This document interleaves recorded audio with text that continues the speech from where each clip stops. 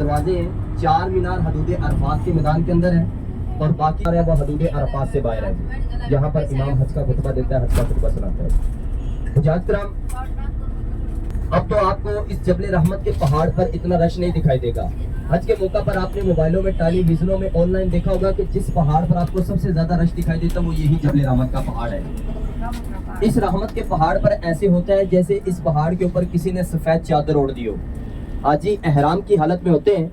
हाजियों को हज के मौका पर इस रहमत के पहाड़ के ऊपर, रहमत के मकाम के नीचे जहाँ कहीं भी जगह मिलती है, हाजी वहीं पर बैठ जाते हैं और रो रो कर अल्लाह ताला से दुआएं करते हैं, अल्लाह ताला की इबादत करते हैं, अल्लाह ताला की इबादत करते हैं।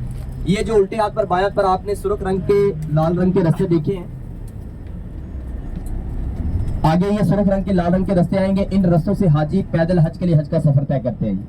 ये अराफात के मैदान से ये रास्ते शुरू होते हैं और मुज़दलिफा के मैदान तक ये रास्ते पहुंचते हैं। हाजी इन रास्तों को पैदल अख्तियार करते हैं और लब्बैक अल्लाहुम्मा लब्बैक की सदाएं बुलंद करते हुए तमाम हाजी इन्हीं रास्तों से पैदल हज के लिए हज का सफर तय करते हैं और मुज़दलिफा के मैदान तक पहुंचते हैं। हुज्जाज किराम, अरब की गर्मी पूरी दुनिया की मशहूर तरीन गर्मी है और यहाँ पर उस दिन हाजियों का रश भी लाखों की तादाद से होता है। हाजी इन रास्तों को पैदल अख्तियार करते हैं और अल्लाह ताला की इबादत करते हुए इन रास्तों से पैदल हज के लिए हज का सफर तय करते हैं और मुज़दलिफा के मैदान तक पहुंचते हैं।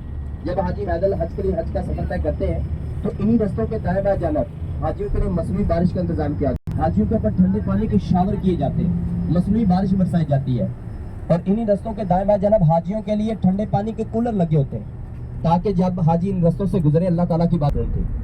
और सबसे खूबसूरत बात यह कि मलका ज़ुबैदा कुरान पाक की हाफिज़ा थी और मलका ज़ुबैदा के महल में हर वक्त कुरान पाक की तिलावतों की आवाज़ें बोलती रहती। तो हुज्जाज किराम, इंशाअल्लाह जैसे ही नहर ज़ुबैदा आएगी मैं आप हाजियों को मुकम्मल आगाह करूँगा, मुकम्मल गाइड करूँगा। तो हुज्जाज किराम, जिस तरह हर इलाके की कोई ना कोई सौगात होती है, इसी तरह इसी शहर मक्का और मदीना की चंद सौगातें हैं जो आप सल्लल्लाहु अलैहि वसल्लम के साथ निस्बत रखी उस नियत को, उस मुराद को पूरा करेगा। तो नबी पाक सल्लल्लाहु अलैहि वसल्लम हज के दिनों में पैदल आबे ज़मज़म के कुएं के पास गए और आबे ज़मज़म के कुएं से एक डोल आबे ज़मज़म का निकाला और पीना शुरू कर दिया। तो सहाबा किराम आप सल्लल्लाहु अलैहि वसल्लम को देख रहे थे कि डोल के अंदर जो बाकी पानी रह जाएगा ये किस खुशनसीब के हिस्से में आएगा। तो नबी पाक सल्लल्लाहु अलैहि वसल्लम ने एक घूंट आबे ज़मज़म का पिया और बाकी जो आबे ज़मज़म रह गया उस बाकी आबे ज़मज़म को उस कुएं के अंदर दोबारा अंडेल दिया, गिरा दिया और फरमाया कि मेरी आने वाली उम्मत इस आबे ज़मज़म को पिएगी। सुभान अल्लाह।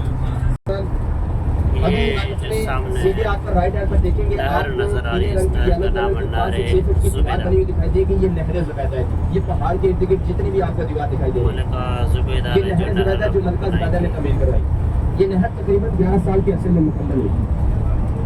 ये दीवार जितनी भी आपको दिखाई दे रही है सारी नहर ज़ुबैदा है।